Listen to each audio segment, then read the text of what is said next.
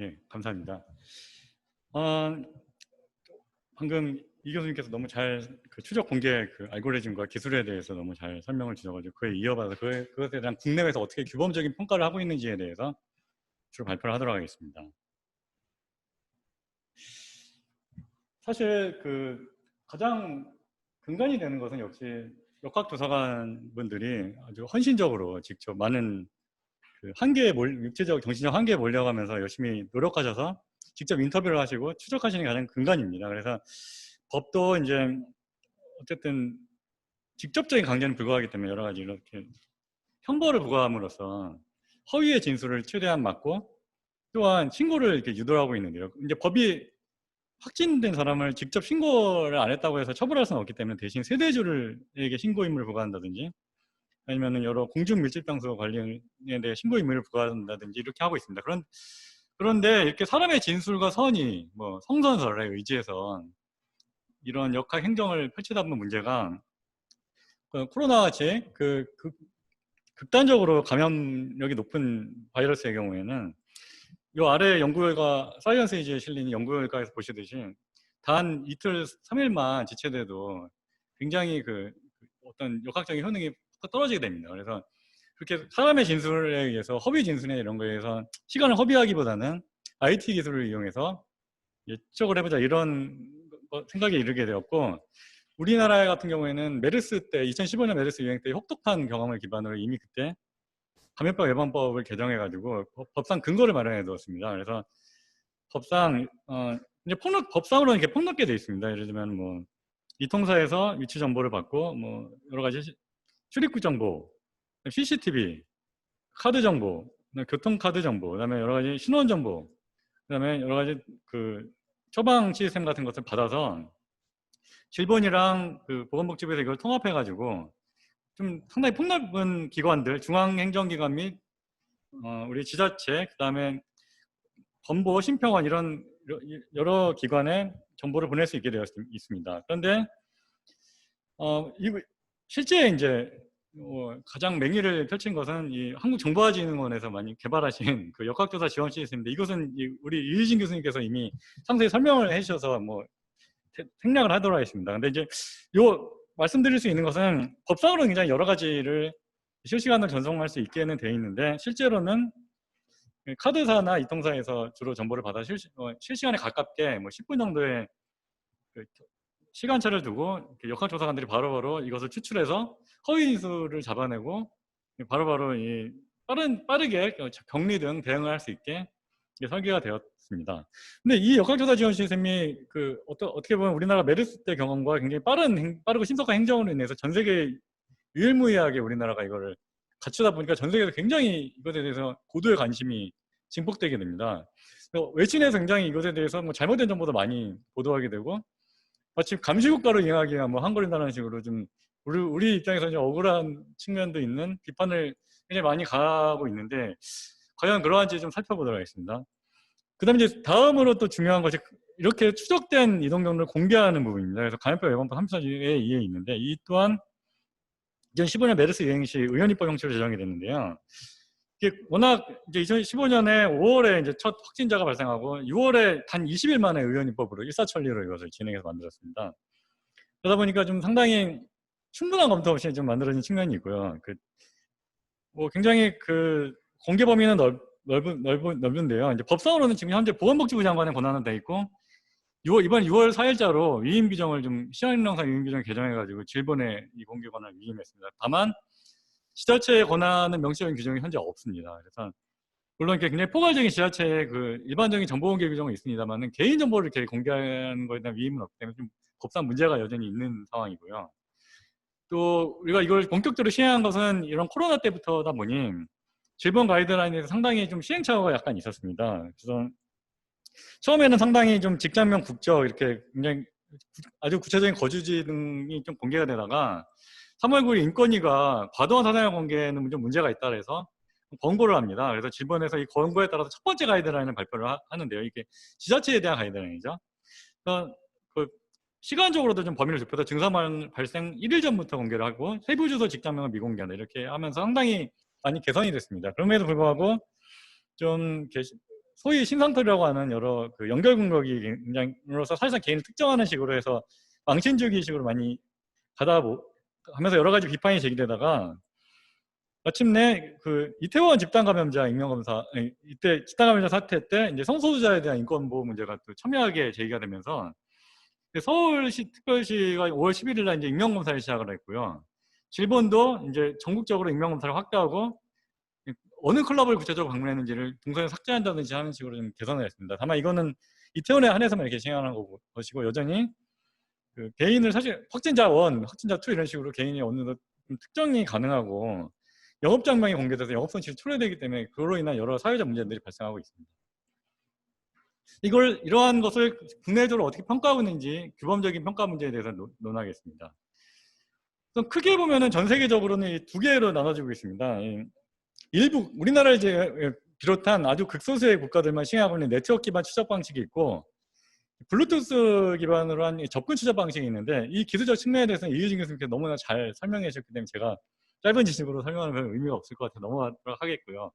다만 이제 그 전 세계적으로 이제 네트워크 기반 추적을 하는 나라는 그 소수입니다. 그래서 굉장히 또 이제 주목을 받고 있고요, 우리나라가. 현재 우리 일본 그 역학조사 지원 시스템이나 이스라엘 신벳 감시 시스템이라는 데서는 이동사 위치 정보를 직접 이동사에서 받아가지고 이제 추적을 하고 있습니다. 근데 신벳 시스템이라는 거는 원래 하마스 테러에 대응해서 만든 테러 시스템인데 이걸 좀 전용한 거고 우리나라 같은 경우에는 그 스마트 시티 기술에 입각한 어떤 지자체에서 개발한 여러 가지 시스템들이 있었는데 그거를 이제 우리 한국정보화진흥원의 여러 노하우를 결합해가지고 굉장히 빠른 시간 내에 구축을 해내신 거고요.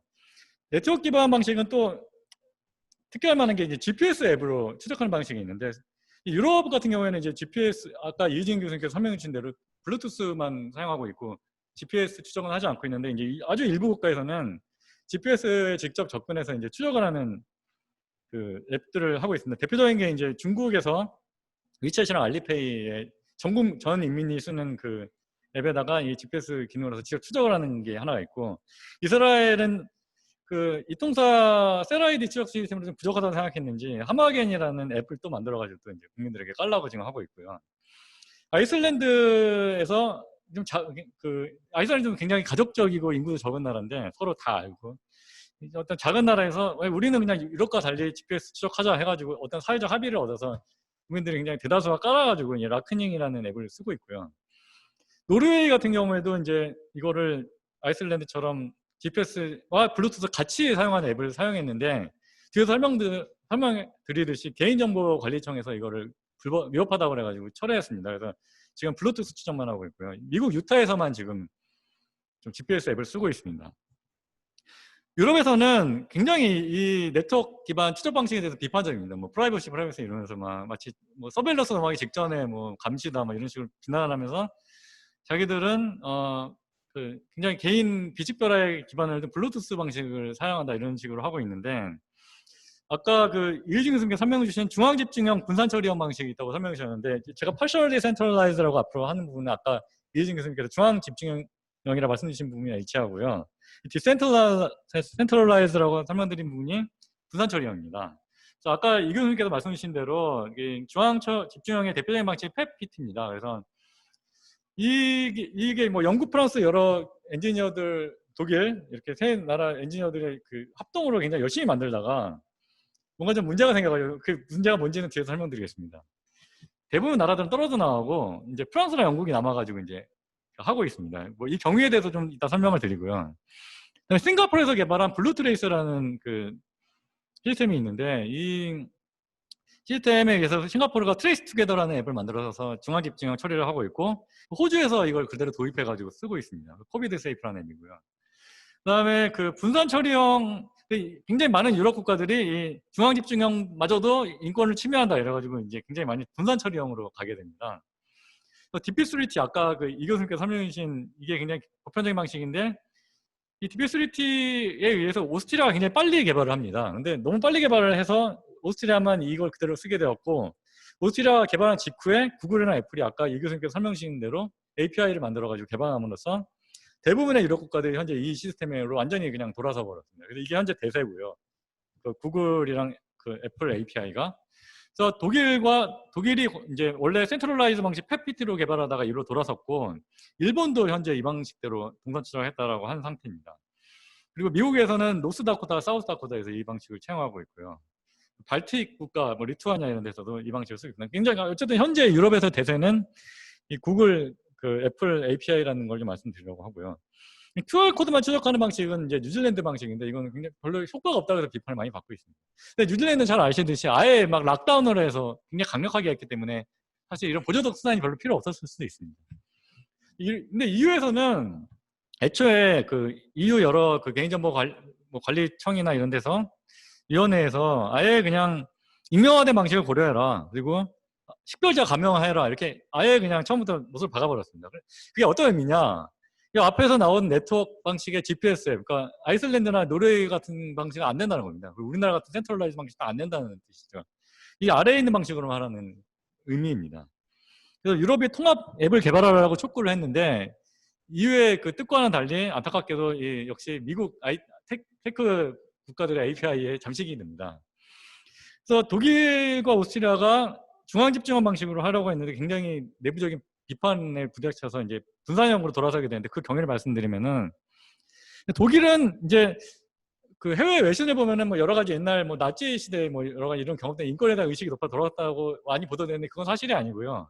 펠피티가 굉장히 그 여러 가지 기술적 문제가 많았기 때문에 보안상 문제도 많이 발생하고 결정적으로 아까 그 유진 교수님 말씀 주신 대로 애플이 블루투스 설정을 자기 API 쓸 때를 제외한 백그라운드 설정을 실행 못하게 한 그 거부 문제가 겹쳐가지고 사실상 사용할 수 없게 돼서 기술적 문제로 돌아섰고요.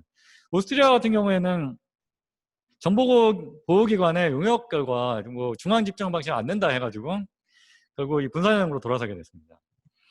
현재 유지한 나라들은 왜 유지하냐? 왜 프랑스랑 영국만 왜 괜찮냐? 왜 둘이서만 남아있냐? 이렇게 궁금하실 텐데 프랑스는 중앙집중형 일단 개인정보청이 CNIL이 그 합법 판단을 했고요. 이후 뭐 난리를 피웁니다. 거의 막 보수당 막 자유당 막 자기를 막 싸우다가 결국 상하원 의회에서 양원의 승인까지 얻어가면서 이제 이 중앙집중형 방식으로 가게 되는데 그 가장 핵심적인 논거는 우리가 그 구글이나 애플의 침략에 맞서서 그 우리의 정보 주권을 소유해야 한다는 게 너무 주된 논거예요. 역시 좀 플러스다운 면이 있고요. 미국에 대해 좀 상당히 적개심이 있는.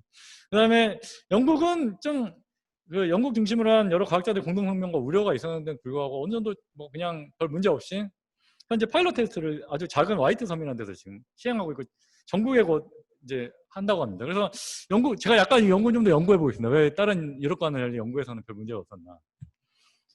그런데 이제 결국 아까 이혜진 교수님이 대부분 설명 주신 내용을 약간만 보충하겠습니다. 그런데 서양이 그런 서구가 과연 맨날 우리 보고 동선 추적 막 이통사로도 받아가지고 인권 침해한다고 막 외신에서 맨날 보도하는데 과연 서구는 잘하고 있는 거냐라고 한번 의문을 가질 수 있는데요.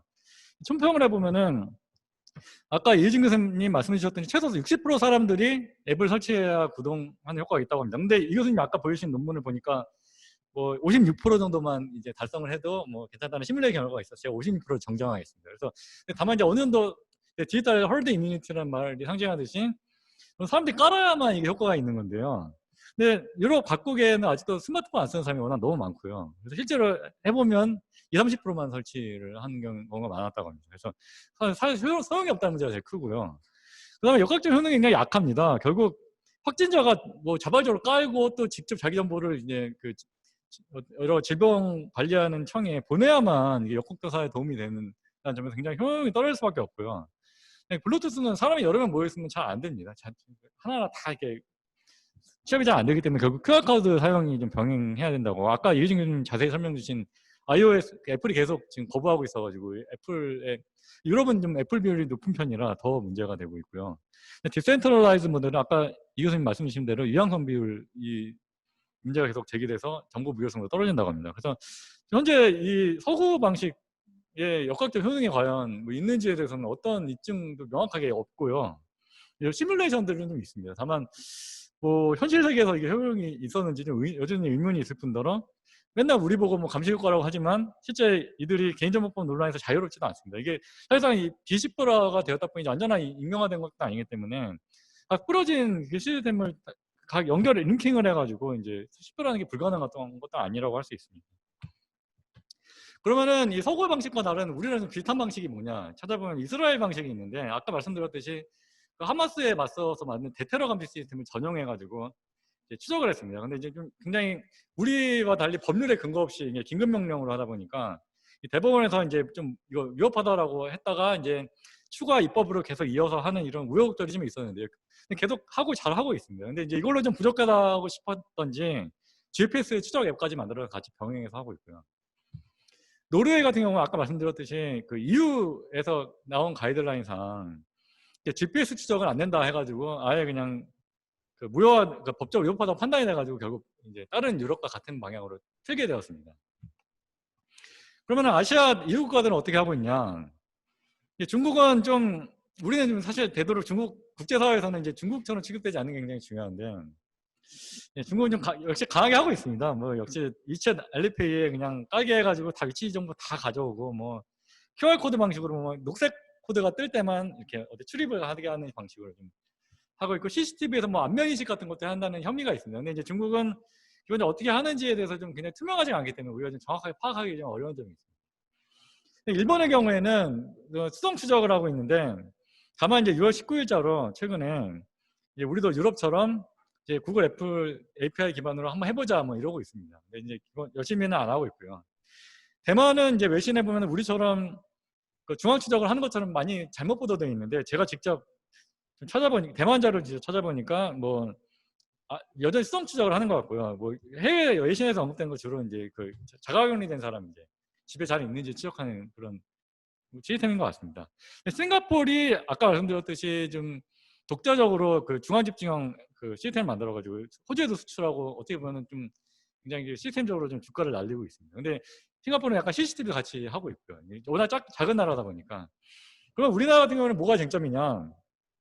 사실은 국내에서 추적에 관해서는 제 생각에는 국내에서 문제, 국민들은 어느 정도 좀 탄력적으로 프라이버시를 좀 이렇게 공익을 좋아했다는 마인드가 어느 정도 있습니다만 잘 협조하고 있고 그리고 역학조사분들과 여러 가지 그 의료진들이 너무나 그 심각한 고생을 하고 계시기 때문에 인간의 한계가 이르면서까지 이렇게 방역을 하고 시고 있기 때문에 이거에 대해서 뭐 이걸 용이하게 하고 쉽게 하는 거에 대해서 큰 비판은 없는 것 같아요. 다만 오히려 외신에서 좀 자기들은 이렇게 블루투스 앱을 이렇게 우아하게 쓰고 있는데 왜 니네는 이렇게 민주국가 같이 안 하냐는 식으로 외신의 비판이 좀 많았던 부분인데 제가 좀 짚어보면은 어쨌든 간에 역학적 효능은 블루투스 방식이랑 비교도 할 수 없이 크다고 생각이 됩니다. 이거를 이통사 셀아이디 방식으로 추적하는 방식은.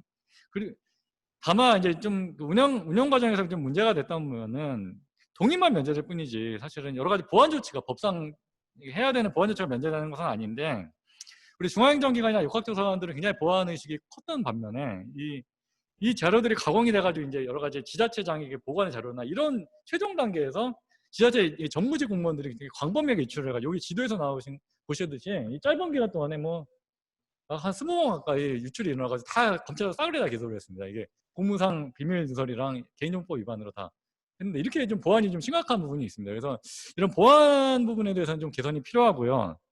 그다음에 정보 제공받는 자 범위에 좀 현재 실무적으로는 굉장히 좁게 이제 정보를 제공하고 있는데 그거에 실무에 맞춰가지고 좀 법도 정비해서 좀 너무 지나치게 넓게 규정하는 것은 좀 좁힐 필요가 있습니다. 그리고 뭐 통비법 좀 이렇게 정비해야 되는 문제가 있는데 이건 좀 기술적 문제라 넘어가겠습니다. 그런데 이제 우리나라 같은 경우에는 이렇게 추적에 그치지 않고 이제 공개를 한다는 데서 지금 굉장히 많은 프라이버시 침해가 일어나진다는 문제 제기를 좀 하고 싶습니다. 추적을 해서 역학조사관분들과 의료진 뭐 이런 제한된 범위 내에서 이용해서 보안을 철저히 지키고 일반인들이 모르게 이렇게 하는 거에 대해서는 저는 뭐 공익상 수용할 수 있는 부분이 상당히 크다고 생각합니다. 근데 다만 그게 일반인들에게 여과 없이 이게 공개되는 부분은 상당히 문제가 큰데요. 특히 현재 이제 공개되는 방식은 이 아래 파란색 왼쪽 아래에 보시듯이 이렇게 확진자 1호, 뭐 2호 이런 식으로 가명화 일부 이제 매스킹을 한 다음에 성별, 그다음에 나이, 뭐 어디 거주한지 이런 걸 다 공개하는 방식입니다. 근데 이런 동선이라든지 이런 걸 보면은 직장이 어딘지 뭐 이런 식으로 결국에는 상당히 특정이 가능한 부분이 많고 실제 여러 가지 소위 신상털이 공격, 링킹 어택이 굉장히 많았습니다. 그래서 뭐 누가 누구랑 사귄다더니 불륜이니 뭐 이런 것도 비일비재했고 뭐 굉장히 어쨌든 그 주변 사람들은 무조건 알 수밖에 없는 이런 뭐 심각한 부분이 있었습니다. 그래서 뭐 전혀 뭐 그 노래방을 그냥 연이어 방문했다는 이유만으로 굉장히 그 특정 직업을 종사한다는 식으로 좀 굉장히 심각한 모욕이 있기도 했고요. 이것이 가장 극적으로 터진 것이 이제 이태원 클럽 사건이었습니다. 그 성적 소수자에 대한 심각한 침해가 있었습니다. 근데 이제 그래서 결국에 이런 비식별화와 연결 공격이 이루어졌다. 그래서 이제 프라이버시 침해와 스티그마 이펙트가 발생을 했고, 이로 인해서 이제 이태원 클럽 감염 때는 감염 신자들 신고를 안 두려워서 이제 자기 차라리 내가 병에 걸려 죽지 내 신상 공개는 안 된다 이런 식으로 해가지고 오히려 역학적인 효용이 오히려 떨어지게 되었습니다. 그래서 지금 현재 그 신상 공개는 물론 이거는 익명이 아닙니다만 아동 성범죄자나 병역 기피자나 상습 체납자가 정말 악질 사본만 공개를 하게 되어 있습니다. 근데 비록 비식별화는 하지만 이렇게 어느 정도 식별화 가능한 방식으로 공개를 함으로써 상당히 가혹한 제재로 비교된 측면이 있고요. 14일 공개 제한으로 많은 개선이 있었습니다만 그 나무 위키피디아 같은 거 나무위키 이런 데 보시면 히스토리 부분 누르시면 이미 지워진 문서 다 볼 수 있습니다. 사실 14일 만에 지우는 게 별로 근본적인 해외 방안도 아니고요.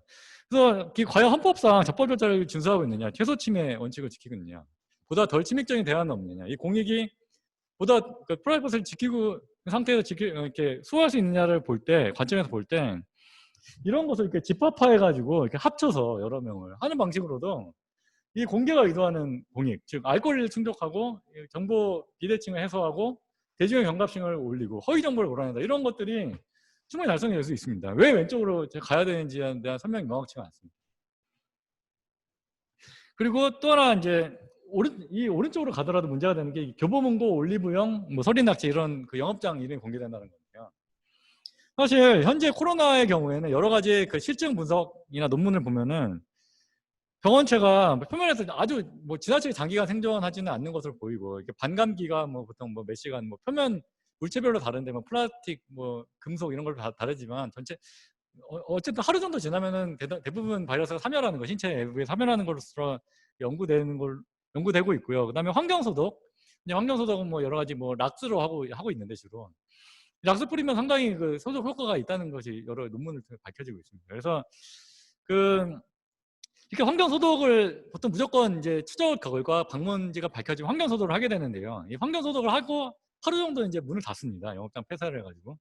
근데 이 경우에 그럼 영업장을 공개하는 이유가 과연 무엇이냐? 그거는 여기를 방문한 분들의 감염을 안 일으키는 효과는 없을 거고 이미 다 이제 어느 정도 그런 운영의 해소가 되는 거니까 소독을 통해서. 그게 아니고 그 소독하기 전에 방문한 사람들을 빨리빨리 신고를 해라라고 신도를 받고 경각심을 일으키는 게 주요 목적일 겁니다. 달성하는. 그런데 이렇게 방문자들 전부 다 파악이 되는 경우, 아까 추적 여러 가지 셀아이디나 뭐 이통사에서 받은 셀아이디라든지 뭐 카드 정보가 전부 다 파악이 되는 경우에는 그러면은 도대체 왜 이거를 업자의 공개를 사실상 파산 상태에 이르게 해야 되냐에 대한 의문이 생길 수밖에 없고. 다만 이제 문제는 좀 100명, 500명 이렇게 방문한 장소 같은 데서는 어쩔 수 없이 공개를 해야 될 겁니다. 그래서 이제 여기 방문한 번 빨리빨리 신고해서 이건 당연히 필요할 텐데 이 경우에도 과연 헌법상 그 손실보상, 물론 헌법상 손실보상 법률이 규정이 있어야 한다고 하고 있습니다만은 과연 우리가 지금 제대로 된 손실보상 없이 이렇게 하는 것이 정당할 수 있는지 이런 의문이 생길 수 있습니다. 그리고 제가 뭐 굳이 이런 형식법적인 얘기를 하는 건 별로 좋아하지 않습니다만 현재 감염법 예방법상 지자체 공개 권한이 없습니다. 그래서 판례상 엄연히 이거는 무효 처분이고요. 그다음에 여러 국가배상 문제가 발생할 수가 있습니다. 그래서 사실은 제 생각에는 총평을 말씀드리면은 저는 이 추적을 해서 역학조사관 분들이 정말 이 인간의 어떤 한계까지 몰리는 것을 완화시키고 이게 좀 휴식을 이렇게 인간답게 이렇게 추적하실 수 있게 하고 그럼으로써 역학적 효용을 증가시키는 거에 대해서는 저는 추적에 대해서는 굉장히 비판하고 싶지는 않습니다. 그런데 이 공개가 이렇게 무분별하게 되다 보면 추적의 정당성까지도 굉장히 많은 비난을 당하고 실제 외신을 보면 그렇습니다. 그런 상황에 대해서 우리가 좀 짚고 넘어가야 될 것 같아요. 해외 같은 경우에는 지금 유럽에서는 뭐 이렇게 공개하는 경우는 없고요. 서구에서는 홍콩, 싱가포르 정도 우리가 굉장히 좀 상당히 이상한 수준으로 공개를 하고 있습니다. 그리고 일본의 경우에는 지금 뭐 후생노동성 같은 경우에는 뭐 굉장히 세세한 공개를 하지 말아라 이렇게 비공표 원칙을 하고 있습니다만은 일본 지자체에서도 상당히 포퓰리즘 열풍이 좀 불다 보니까 아무래도 안 걸린 사람이 걸린 사람들이 많다 보니 무조건 막 공개 막 이런 식으로 자기의 그 정치적인 오사카 뭐 도지사가 대표적인 경우인데 정치적인 주가를 알리려는 사람들이 많아가지고 최근에 들어서는 이게 가고시마현 이 공개 내용인데 뭐 우리나라 뺨치게 굉장히 자세하게 공개되는 것을 보실 수 있습니다. 이게 요금에 나온 게 한 3페이지, 4페이지로 공개를 하고 있습니다. 한 사람당. 뭐 끝까지 지적을 해가지고 막 전문 학교생 20대 여성 뭐 이런 식으로 돼 있는데, 그래서 뭐 일본도 사실은 원래는 굉장히 그 여러 가지 낙인 효과가 큰 나라이기 때문에 공개를 꺼리다가 최근에는 좀 우리나라처럼 이제 가고 있는 그런 경향이 있습니다. 예, 뭐 제가 뭐 결론적으로는 아까 말씀드렸듯이 뭐 추적에 있어서는 상당히 공익적 부분이 많고 우리 국민들이 프라이버시 그에 따라서 좀 조정하겠다는 완전 탄력적인 공감대도 있는데, 반면에 공개의 경우에는 굉장히 뭐 심각한 부작용이 있고 뭐 헌법상 꼭 필요하지 않은 경우는 해서는 안 되는데, 이게 뭐 집합하려든지 아니면 이미 방문자가 전부 다 파악된 경우는 뭐 영업 지연명이나 역병 관계로도 그 공익 목적을 달성할 수 있음에도 불구하고 그 굉장히 많은 피해를 주고 있다. 그래서 이런 부분에서는 꼭 짚고 넘어가야 되는 부분이라고 생각을 합니다. 그래서 뭐 이상 발표를 마치도록 하겠습니다.